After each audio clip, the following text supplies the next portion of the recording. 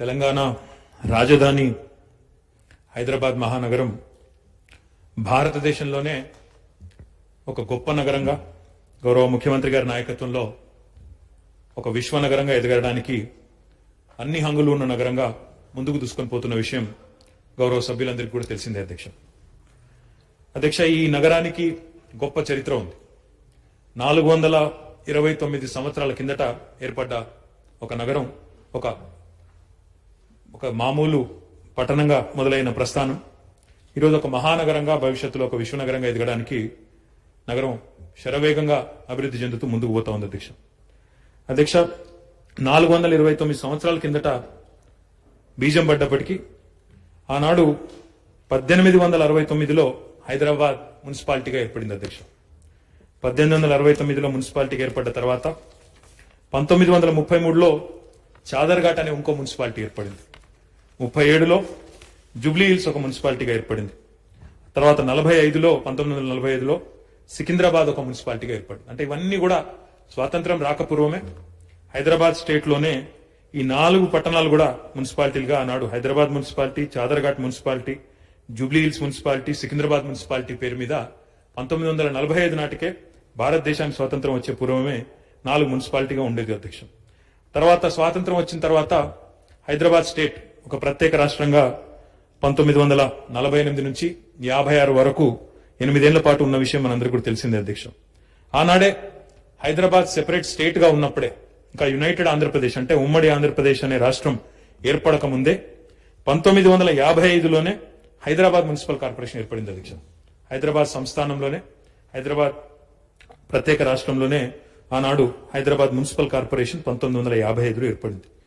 ఏర్పడమే ఒక యాక్ట్ కింద, హెచ్ఎంసీ అనే యాక్ట్ కింద, హైదరాబాద్ మున్సిపల్ కార్పొరేషన్ అనే యాక్ట్ కింద ఆనాడు కార్పొరేషన్ ఏర్పాటు చేయడం జరిగింది అధ్యక్ష. ఆనాడు ఉమ్మడి ఆంధ్రప్రదేశ్ ఏర్పడక ముందు ఏదైతే యాక్ట్ మనం తెచ్చుకున్నాం అధ్యక్ష, అప్పటి నుండి ఇప్పటి వరకు మరి చాలా ప్రభుత్వాలు మారినాయి అధ్యక్ష. అప్పటి నుండి ఇప్పటి వరకు 75 సంవత్సరాల్లో తెలుగుదేశం ప్రభుత్వాలు వచ్చినాయి, కాంగ్రెస్ ప్రభుత్వాలు వచ్చినాయి, రాష్ట్రంలో ఎంతో మంది ప్రముఖులు పరిపాలన చేసినారు. కానీ హైదరాబాద్ ని ఒక విశ్వనగరంగా ఒక సమున్నతమైన స్థాయిలో ప్రజల ఆత్మగౌరవానికి ప్రతీకగా నిలపాలనే ఆలోచన గాని, దానికి తగ్గ విధంగా మరి ఒక కొత్త చట్టం తీసుకురావాలన్న ఆలోచన గాని ఏనాడు చేయలేదు అధ్యక్ష. కానీ మన ప్రభుత్వం ఆ ప్రయత్నం చేస్తా ఉంది అధ్యక్ష. దానికి సంబంధించి ఇప్పటికే కొంత ప్రక్రియ కూడా చేసినాం అధ్యక్ష. కానీ ఈ రోజు తెస్తున్న ఈ సవరణలు ఏవైతే ఉన్నాయో మరి ఒక ముఖ్యమైన 5 సవరణలు ఈ రోజు మనం జిహెచ్ఎంసీ యాక్ట్ కు తీసుకొని వస్తా ఉన్నాం అధ్యక్ష. అందులో ప్రధానమైనది మొట్టమొదటి అధ్యక్ష గౌరవ ముఖ్యమంత్రి గారి నాయకత్వంలో 2015వ సంవత్సరంలోనే ఒక ఎగ్జిక్యూటివ్ ఆర్డర్ ద్వారా, ఒక జీవో ద్వారా ఆనాడు హైదరాబాద్ మహానగరంలో కార్పొరేషన్లకు ఎన్నికలు జరిగినప్పుడు, కార్పొరేషన్ ఎన్నికలు జిహెచ్ఎంసీ ఎన్నికలు జరిగినప్పుడు 50% స్థానాలు అంటే 150 స్థానాలు ఉంటే అందులో 50% స్థానాలను మహిళలకే గవర్నమెంట్ ఆర్డర్ ద్వారా ఆనాడు గౌరవ ముఖ్యమంత్రి గారి నాయకత్వంలో ఆమోదించుకున్నాం అధ్యక్ష.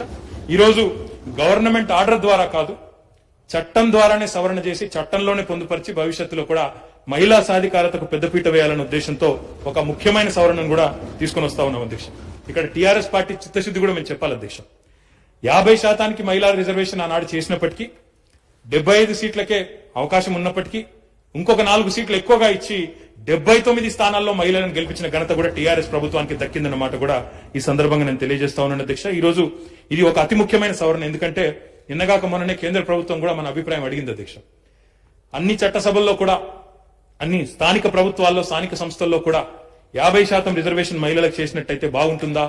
ఎందుకంటే ఆర్టికల్ 243 ప్రకారం, రాజ్యాంగంలోని ఆర్టికల్ 243 ప్రకారం అట్లీస్ట్ 1/3 ఉండాలని పేర్కొన్నారు అధ్యక్ష. స్థానిక ప్రభుత్వాల్లో మహిళలకు 3వ వంతు అట్లీస్ట్ ఉండాలని అడిగినారు. కానీ 50% మొట్టమొదటిసారిగా 50% రిజర్వేషన్ ను ఇటు పంచాయతీరాజ్ చట్టంలో, అటు మున్సిపల్ చట్టంలో, ఈ రోజు ఈ బిల్లు ఆమోదం పొందిన తర్వాత జిహెచ్ఎంసీ చట్టంలో కూడా ఏర్పాటు చేసిన మొట్టమొదటి రాష్ట్ర ప్రభుత్వంగా తెలంగాణ ప్రభుత్వం మొత్తం భారతదేశంలోనే ఈ విషయంలో మహిళా సాధికారత విషయంలో ముందు ఉన్నదని చెప్పి కూడా ఈ సందర్భంగా గౌరవ సభ్యులకు నేను తెలియజేస్తా ఉన్నాను అధ్యక్ష. ఇది మొదటి సవరణ. రెండవది గౌరవ ముఖ్యమంత్రి గారి నాయకత్వంలో నిన్నగాక మొన్న కేంద్ర ప్రభుత్వం కూడా ఒక నివేదిక విడుదల చేసింది అధ్యక్ష.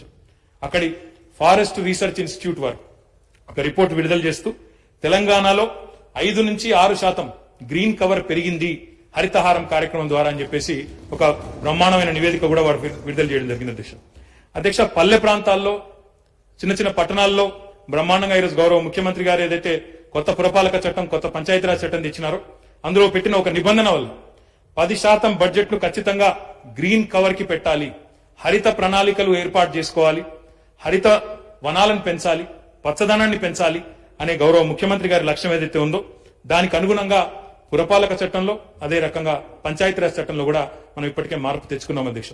దీనిలో గొప్పతనం ఏంటంటే 10% బడ్జెట్ నర్సరీలు పెంచేదానికి గానీ, మొక్కలు పెంచేదానికి గానీ, అదే రకంగా అక్కడ వాటికి నీళ్లు పోసేదానికి గానీ వీటికి చేసుకోవడంతో పాటుగా జవాబుదారీతనం కూడా మన గెలిచిన గౌరవ ప్రజాప్రతినిధులు ఎవరైతే ఉంటారో వారికి జవాబుదారీతనాన్ని తీసుకొని రావడం, అదే రకంగా అఫీషియల్స్ అధికారులు కూడా ఎవరైతే ఉంటారో వారిలో కూడా జవాబుదారీతనాన్ని తీసుకురావడానికి 10% గ్రీన్ బడ్జెట్ మాత్రమే కాకుండా 85% మనం పెట్టిన మొక్కలు 85% ఖచ్చితంగా బతకాలి, సర్వైవ్ కావాలి.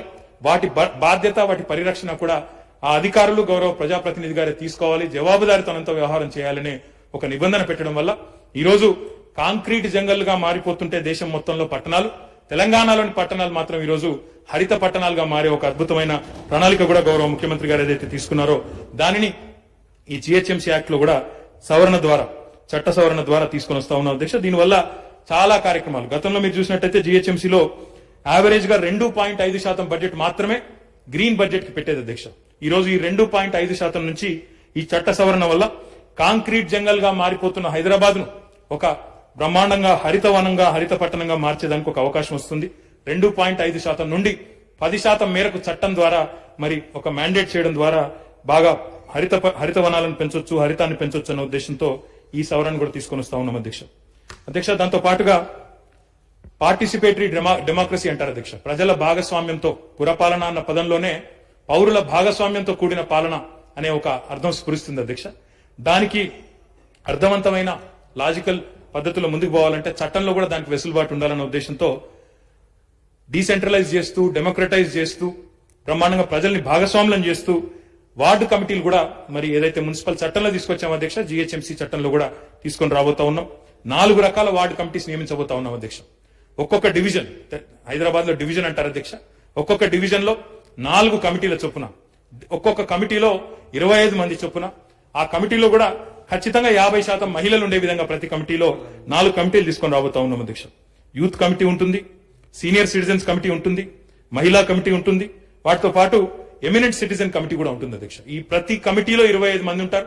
మొత్తంగా చూస్తే డివిజన్ కి 100 మంది, ఓవరాల్ గా చూసుకున్నప్పుడు 150 డివిజన్లకు గాను ఒక 15,000 మంది సైన్యం, ఒక ప్రజా సైన్యాన్ని తయారు చేసి వారిని శక్తివంతమైన అస్త్రంగా రేపు గ్రీన్ కవర్ పెంచేదానికి గానీ, పారిశుద్ధ్యం విషయంలో గానీ, సాలిడ్ వేస్ట్ మేనేజ్మెంట్ గానీ, ఈ అనాథరైజ్డ్ కన్స్ట్రక్షన్స్ కానీ, ఎన్క్రోచ్మెంట్స్ ఏవైతే జరుగుతూ ఉంటాయో పబ్లిక్ ప్రాపర్టీస్ సంబంధించి, లేఅవుట్ ఓపెన్ స్పేసెస్ సంబంధించి వాటిని నిరోధించే విషయంలో గానీ, ఈ ప్లాస్టిక్ ని డిస్కరేజ్ చేసే విషయంలో గానీ, అదే మాదిరిగా క్రీడలను ప్రమోట్ చేసే విషయం గానీ, పార్కులను ప్రమోట్ చేసే విషయం గానీ, ఇవన్నింటికి సంబంధించి ఒక సైన్యాన్ని జిహెచ్ఎంసీకి ప్రజల రూపంలో ప్రజా సైన్యాన్ని అందించాలన్న ఉద్దేశంతో ఈ వార్డు కమిటీలను కూడా ప్రతిపాదిస్తా ఉన్నాం అధ్యక్ష. ఇది పార్టిసిపేషన్, ప్రజల భాగస్వామ్యం పెంచేదానికి దోహదపడుతుందని చెప్పి ప్రభుత్వం విశ్వసిస్తుంది అధ్యక్ష. అందుకే ఈ సవరణ కూడా తీసుకొని వస్తా ఉన్నాం. వీటితో పాటు అధ్యక్ష 4వది, మరి మనందరికీ కూడా తెలుసు అధ్యక్ష, ఇప్పుడు సెన్సస్ అనేది, జనగణన అనేది ప్రతి 10 సంవత్సరాలకు ఒకసారి జరుగుతుంది అధ్యక్ష.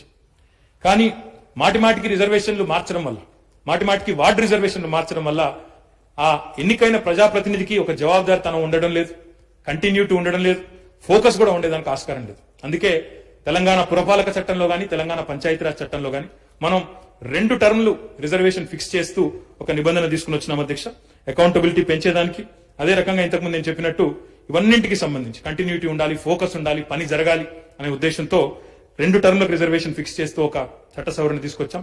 దాన్ని ఈరోజు జిహెచ్ఎంసీ యాక్ట్ లో కూడా పొందుపరుస్తూ మరి ఈ సవరణను కూడా సభ ముందుకు తీసుకొని వచ్చినాం అధ్యక్ష. ఇక్కడ మిత్రులందరినీ నేను గమనించమని కోరేది, కేంద్ర ప్రభుత్వం చేసే జనగణన కూడా 10 ఏళ్లకోసారి జరుగుతుంది. కాబట్టి మనకు వచ్చే జనగణన 2020లో జరిగి మనకు ఫలితాలు వచ్చి 2023 నాటికి వచ్చేసరికి అప్పటి నుండి కొత్త సిస్టమ్ మళ్ళీ మనం 2 టర్మ్లకు ఫిక్స్ చేసుకుని 24లో జరిగే, 25లో జరిగే, ఆనాడు జరిగే జిహెచ్ఎంసీ ఎన్నికల నుంచి మనం 2 టర్మ్ల పాటు ఫిక్స్ చేసుకుంటాం. గతంలో 2015లో జరిగిన ఎన్నిక మొదటి టర్మ్ గా పరిగణిస్తూ ఇప్పుడు జరిగే ఎన్నికను 2వ టర్మ్ గా పరిగణిస్తూ ఈ 2 టర్మ్లకు కూడా రిజర్వేషన్ ప్రభుత్వం ఫిక్స్ చేయాలనే ఉద్దేశంతో ఈ సవరణ కూడా తెచ్చింది అధ్యక్ష. ఇక చివరిగా అధ్యక్ష 5వ సవరణ, మరి ఈరోజు ఒకవైపు కోవిడ్ లాంటి సంక్షోభం, అదే రకంగా ప్రభుత్వాలు ఎప్పటికప్పుడు చాలా రకాల ఆలోచనలు, చాలా రకాల మరి సమస్యల నుంచి కూడా మరి ఎప్పటికప్పుడు పరిష్కారాలు వెతుకుతూ ప్రజా సంక్షేమం కోసం, అభివృద్ధి కోసం పనిచేస్తూ ఉంటాయి అధ్యక్ష. ముఖ్యంగా రాష్ట్ర ప్రభుత్వం యొక్క పాత్ర ఇందులో చాలా కీలకంగా ఉంటుంది. అందుకే ఒకవైపు ఈ కోవిడ్ సంక్షోభము, అదే రకంగా సర్వసాధారణంగా అప్పుడప్పుడు ఇప్పుడు వర్షాలు కూడా కుంభవృష్టిగా పడతా ఉన్నాయి అధ్యక్ష. అక్కడ వాయుగుండం వచ్చిందని చెప్తా ఉన్నారు. ఇట్లాంటి ఎన్నెన్నో పరిస్థితులు ఉత్పన్నమవుతా ఉంటాయి. కాబట్టి ఎన్నికలు ఎప్పుడు నిర్వహించాలి అనే అంశం రాష్ట్ర ప్రభుత్వంతో సంప్రదించి రాష్ట్ర ప్రభుత్వం కంకరెన్స్ తీసుకొని మనం స్టేట్ ఎలక్షన్ కమిషన్ నిర్వహించాలనే ఒక సవరణ కూడా తీసుకొని వచ్చాం అధ్యక్ష. ఎందుకంటే ఇందులో చాలా అంశాలు ఇమిడి ఉంటాయి. లా అండ్ ఆర్డర్ గానీ, అవైలబిలిటీ ఆఫ్ స్టాఫ్ గానీ, అదే రకంగా ఇంతకుముందు నేను చెప్పినట్టు ప్రకృతి వైపరీత్యాలు గానీ, ఇవన్నింటినీ అధిగమించి బెటర్ ప్లానింగ్ చేసుకుని ముందుకు పోవాలంటే state election commission in concurrence with state government ఏ రకంగానైతే మున్సిపల్ చట్టంలో, ఏ రకంగానైతే పంచాయతీరాజ్ చట్టంలో మరి చేయాలని చెప్పామో ఎన్నికల నిర్వహణ అనేది, అదే రకంగా స్టేట్ ఎలక్షన్ కమిషన్ ఇక్కడ కూడా ప్రభుత్వంతో కంకరెంట్ గా ఆలోచించి నిర్ణయం తీసుకోవాలని చెప్పి కూడా ఈ సవరణ పెట్టాం అధ్యక్ష. ఇవన్నీ కూడా చాలా సులువైన, చాలా స్ట్రైట్ ఫార్వర్డ్ సవరణలు అధ్యక్ష. కాబట్టి గవర్నమెంట్